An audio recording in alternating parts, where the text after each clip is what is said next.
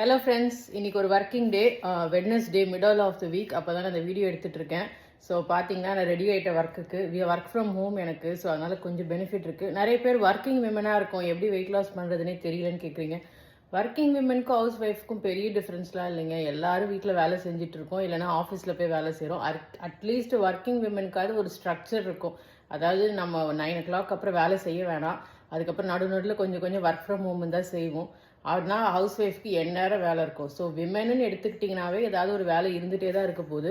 So wait லாஸை எப்படி இதுக்குள்ளே கொண்டு வருதுன்னா, நாம் கொஞ்சம் பிளான் பண்ணால் போதுங்க. இப்போ பார்த்தீங்கன்னா இன்றைக்கி பிரேக்ஃபாஸ்ட் வந்து எனக்கு இதுதான்.